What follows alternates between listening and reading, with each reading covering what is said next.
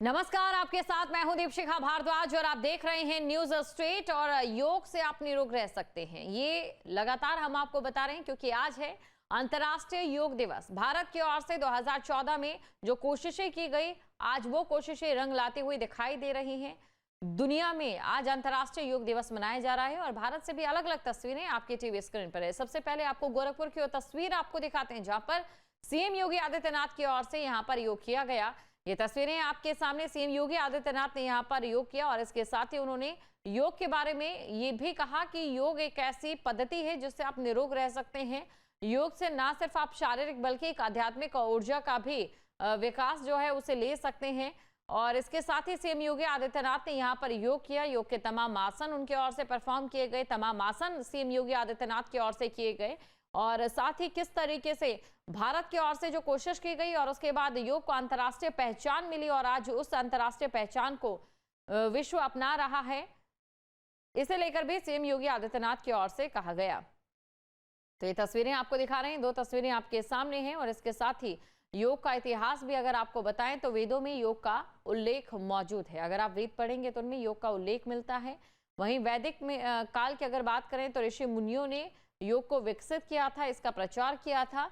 वेदों में योग का उल्लेख भी मौजूद है जिसमें तमाम तरह के जो योग हैं उनका जिक्र मिलता है। और इसके साथ ही आपको ये बता दें कि जैसे जैसे परिवर्तनशील समाज में हम आगे बढ़ते रहे, वैसे वैसे जो योग है वो कहीं ना कहीं छिपता हुआ भी दिखाई दिया। लेकिन उसके बाद कुछ ऐसे भी ऋषि मुनि थे और उसके बाद कुछ ऐसे बुद्धिजीवी भी आए जिन्होंने योग का एक बार फिर से प्रचार प्रसार किया।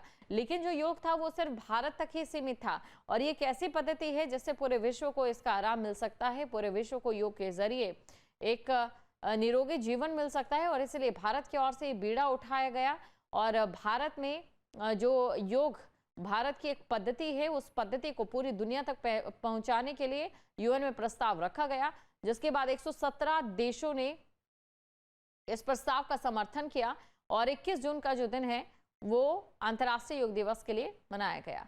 तो पीएम मोदी ने योग को अंतर्राष्ट्रीय पहचान दिलाई है, इसमें कोई दो राय नहीं है। 2014 में संयुक्त राष्ट्र ने आज का दिन अंतर्राष्ट्रीय योग दिवस के लिए घोषित किया।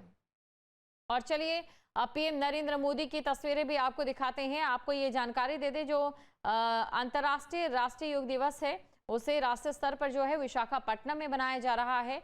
11वां योग दिवस है और वहां की तस्वीरें 2025 की जो विंडो में है आप देख सकते हैं। पीएम नरेंद्र मोदी की ओर से आज यहां पर योग किया गया और इसके साथ ही दुनिया को भी बताया कि कैसे योग से आप निरोगी काया तो पा ही सकते हैं, लेकिन साथ ही साथ अध्यात्म से भी जुड़ सकते हैं।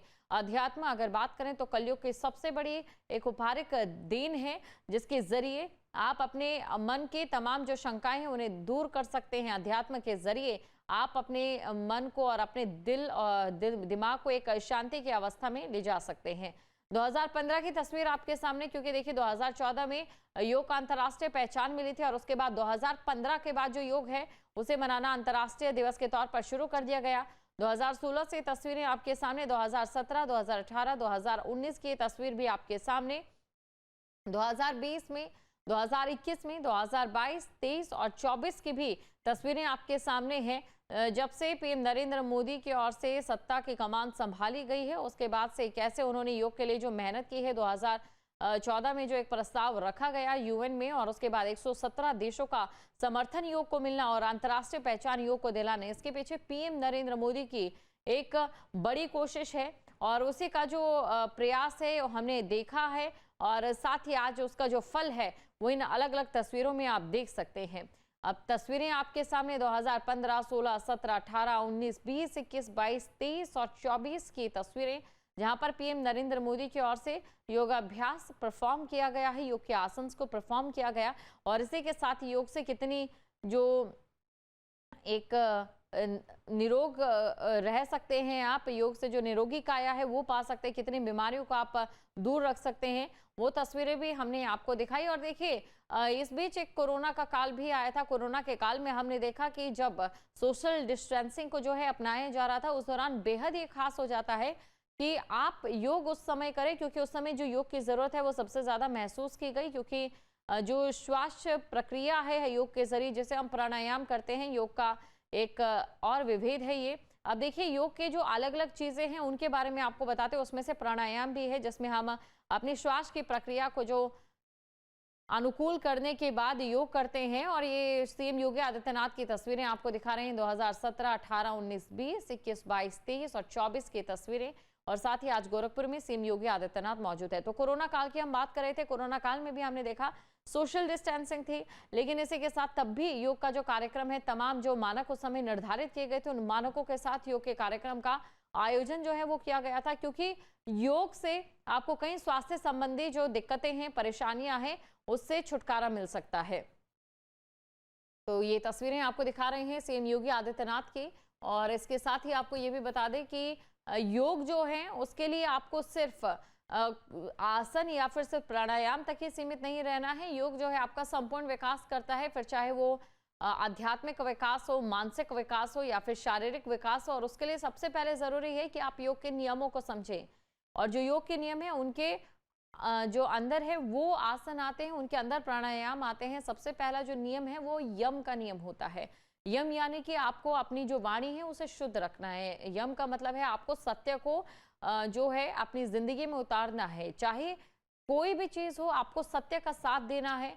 और आपके मन को, आपके दिल को भी ये मालूम होना चाहिए कि आप सत्य के साथ हैं और कैसे संतुष्टि जो है सत्य से मिलती है, वो आपको पहले जो नियम है उसमें ज्ञात हो गया। और दूसरा जो नियम है वो दूसरा नियम है सूचिता का। सूचिता का अर्थात ये है कि अक्सर हम शारीरिक स्वच्छता को ही संपूर्ण स्वच्छता मानते हैं, लेकिन वो संपूर्ण स्वच्छता नहीं होती है। शारीरिक स्वच्छता के साथ ही जरूरी होता है कि आपकी मानसिक स्वच्छता हो। मानसिक स्वच्छता से यहाँ पर तात्पर्य ये है कि आप अहिंसा प्रेमी हो, लेकिन अहिंसा सिर्फ और सिर्फ जो है वो शारीरिक नहीं होनी चाहिए। हाथ उठाने तक या फिर किसी भी तरीके से मारकाट तक वो सीमित नहीं होनी चाहिए जो हिंसा रहती है। हिंसा का एक और प्राय भी है कि आप किसी को मानसिक तौर पर हिंसा तो नहीं दे रहे हैं, किसी को मानसिक तौर पर प्रताड़ित तो नहीं करते, ये भी हिंसा की श्रेणी के अंदर आता है। तो इसीलिए आप इन चीजों से दूर होकर अहिंसा की ओर आगे की ओर बढ़े और आपके मन में एक संतोष हो। क्योंकि आजकल देखा गया है कि दूसरे लोगों से हमें बहुत ज्यादा फर्क पड़ता है। तो ऐसे में दूसरे लोगों को ना सोचते हुए सिर्फ अपने बारे में आप सोचें और उससे एक संतोष को ग्रहण करें, ये दूसरा नियम है। और जो तीसरा नियम आता है, तीसरा नियम जो रहता है वो है ईश्वर को हर चीज का धन्यवाद देना। यानी कि आपको जो भी चीज मिल रही है, अगर आप ठीक है थोड़ा सा आप ईश्वर या भगवान की बातों में यकीन नहीं रखते हैं, तो आप उन चीजों को भी अपने आसपास गौर कर सकते हैं। जैसे कि जो पेड़ हैं आपको ऑक्सीजन देते हैं, आप उनका धन्यवाद कर सकते हैं। जहाँ भक्ति है हर शब्द में, कथाओं में छिपे हैं दिव्य रहस्य और ज्योतिष देता है जीवन को दिशा। धर्म से जुड़ी हर बातों को जानने के लिए हमारे चैनल स्तुति को सब्सक्राइब करें। चैनल पर जाने के लिए इस लिंक पर क्लिक करें।